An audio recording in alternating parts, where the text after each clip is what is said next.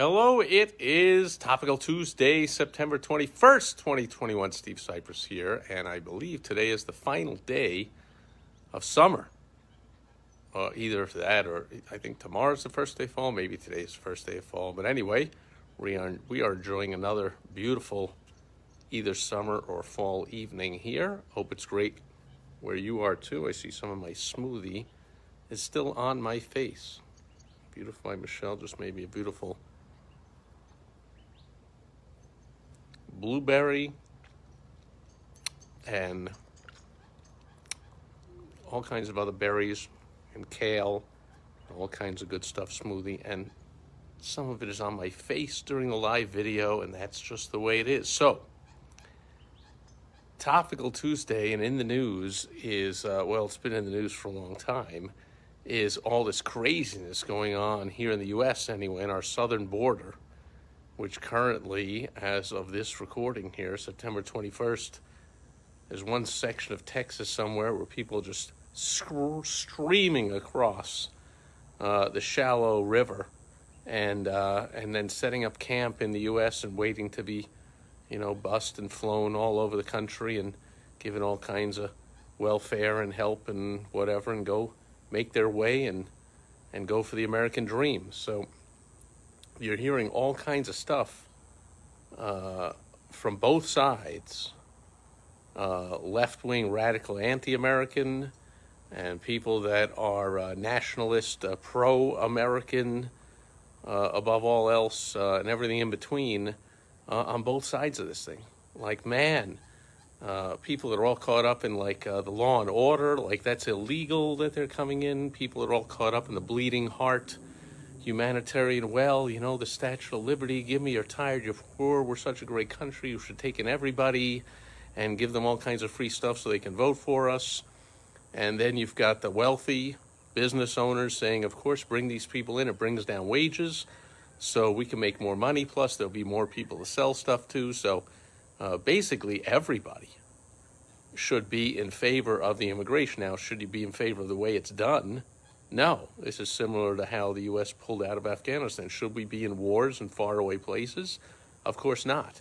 But should we have pulled out the way we did and leave plenty of Americans and our allies behind who are still there as hostages and getting killed and in total stress and misery, and get Marines killed on the way and all that? Of course not. So same thing. Immigration, fantastic. But should it be done like this, where people just come streaming in? I mean, they used to at least come in at night and kind of run from the border, whatever they call it, the border police, the border patrol, I think, or whatever it's called. Now they just, let's come streaming across, and we're not hiding at all. In fact, we're camping out in tents. They bring in food and water and porta potties, and man, they're helping us out, and wow. But here's the deal. Are they going into lots of other countries? Is this not proof that America is the greatest country on earth? That's where they want to come. I don't see a lot of people streaming across the border into Russia. At least I don't hear about it. I don't hear about a lot of people streaming across from South Korea to North Korea, or clamoring to get into communist China and get sent to concentration camps or be put under such, it is the massive government overreach and control here in the U.S. In Australia, you think that's bad, go to China. I don't see people clamoring to get in to lots of countries around the world, but man, they'll risk their life and they'll give their life savings to criminals to bring them across, and then they'll have to pay them back by running drugs and doing prostitution, anything they can. But people look and they go, wow, what a crisis, these poor people. It's hot and they're intense, and yeah, for what, a week, 2 weeks, a month, to then have the rest of their lives in the United States of America? You're kidding me. And people go, oh, it's so terrible for the kids to be in these cages. Really? Well, first of all, no matter how crowded and bad that is, it's better than where they came from, and it's only temporary. If they're there for, again, a week, a month, a year, then they're going to have the whole rest of their lives in the United States of America. So, of course, immigration is great for everyone coming to the U.S. It's also great for the U.S. Think about it. If it wasn't, let's take you yeehaws that are all high and mighty, law and order. Oh, how dare we bring all these people in? Since they're going to get all kinds of government handouts, they're going to vote for all the pro-big government handout people, and they're anti-American, and so I don't like that, and that's trouble. Yeah, that all might be true, but let's just think it was, you own a business. Hopefully, if you're watching my videos, you're a business owner. And let's say it's not the country, but it's your town. And suddenly there's 1,000 people moving into the town. I mean, have you ever bought a new mover list or done some kind of marketing where you get to, mail out a special mailing or a postcard or whatever that goes to all the new movers? I mean, that's some of the best marketing you can do. Brand new prospects. They all come in needing what? To buy everything, food, clothes. They're going to need plumbing and landscaping and heating and air and roofing and dentistry. I mean, they're going to need everything. Second of all, where are you going to put people? Go, where are we going to put them? Where are we going to put them? Yeah, business owners' eyes should light up if you're in any kind of a growth construction type of industry. Like, there's going to be a lot more housing. They're going to need people to build it. And when they build the housing, they're going to need people to do all the siding and the roofing and lay the foundations and put up the drywall and do the painting and do the brick paving and the driveways and the landscaping, and I mean, on and on and on and on. And then they're going to need to build more shopping centers and more businesses and more schools and more churches and more everything. So there's going to be a ton of construction needed when millions of people come streaming into the country. That's great for business owners. Again, think if they were coming into your town, how great that would be. Look at all these new customers coming in. I want to get them. If you didn't own a business, you'd be starting one going, holy crap, there's 1,000 new people moving into town.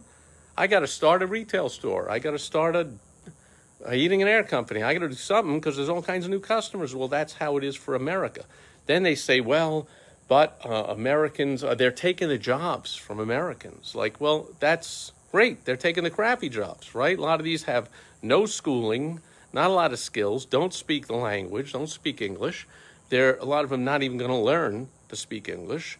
And they're going to, and if they come in without, illegally, without green cards or visas or citizen papers and whatever, they pretty much can't take a lot of jobs. They got to take the lowest end jobs. So that means Americans stop thinking you're going to grow up. Who does already?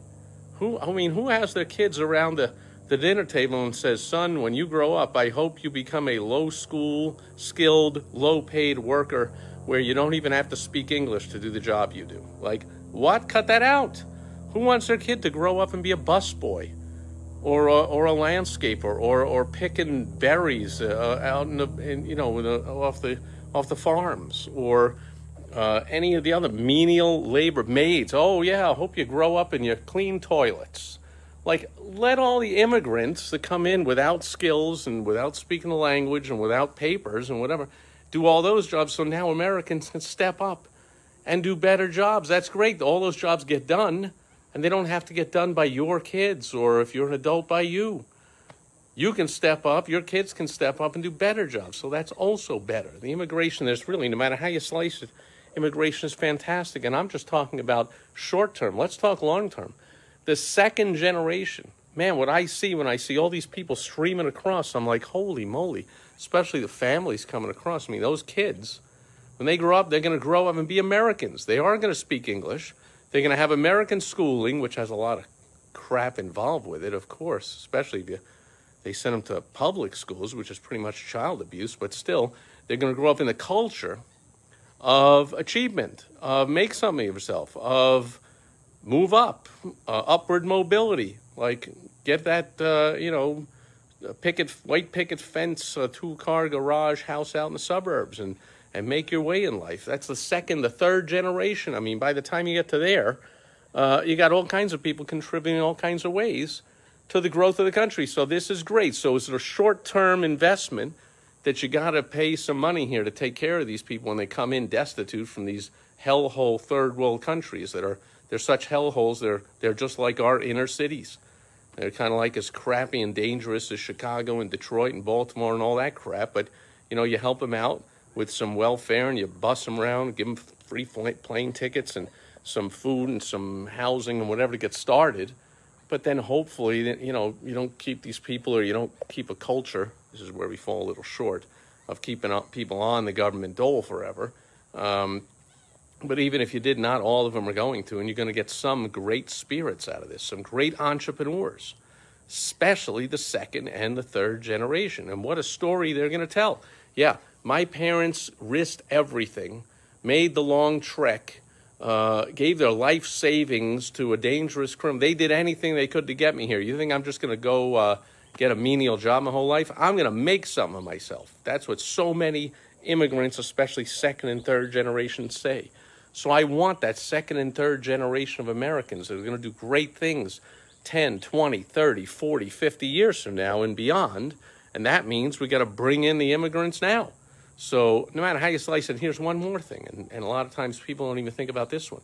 But the productivity of any human being in a first world country, in the United States as compared to a third world country, is so much, multiple times greater. I don't know how many times greater, but you think somebody who's working a farm in Honduras with a burro and a hoe, then he comes to the U.S. and he's working a farm with machinery, with modern tools, with a work ethic, or just to keep his job that says you got to work your 8 hours a day, 6 days. I mean, there's so much people, human beings are so much more productive in a modern, productive society. So the whole world as a whole becomes more productive with more people in productive, technologically advanced countries than they do with people living in poverty in huts and working with primitive tools or no tools at all, or primitive tools, in primitive situations. So no matter how you slice it, for all of mankind, but certainly for America and certainly for the people that come here,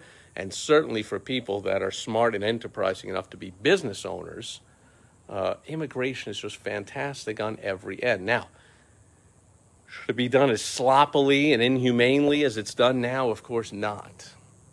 But it's the government. So what do you expect? The government can't really do anything right. I used to say, like, at least the government, you know, we need the military. But even the military is now a total disaster, and I don't mean the people in it. I mean the people running it are so hell-bent on, like, equity and rooting out white supremacists and giving you calling you by the right pronoun, all this BS, instead of focused on creating the greatest military on earth. Because even the people don't stay in the military for a lifetime. They come out of the military with great spirit, great habits, great work ethic, great leadership, great other skills. Like having a strong military is just great. Anyway, that's another subject for another day. But our government pretty much screws up everything it touches. So, of course, it's screwing up immigration. And despite that, people keep coming, streaming in. Are they coming here because our country's horrible, like the anti-Americans like Obama and all the other people that are in charge right now and that write everything that our current president reads off a teleprompter, like, they might hate America. But we got immigration is proof that America is still the greatest country on earth. And immigration keeps making it greater and greater. Oh, yeah, one more thing. People cite, like, a health concern. Well, yeah, give me a break.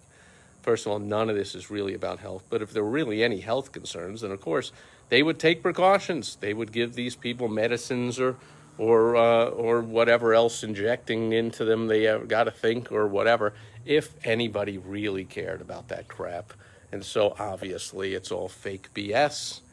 So there really is. I mean, and if you have any other excuses or reasons why you think immigration is not good for the U.S., for the immigrants, for business owners, for the world in general, put them in a comment below, wherever you're listening to this, reading it, watching it, however you're consuming it, and we'll have a little conversation there. But you're going to have a tough time convincing me that immigration isn't the greatest thing on earth for the greatest country on earth that is attracting the most immigration on earth.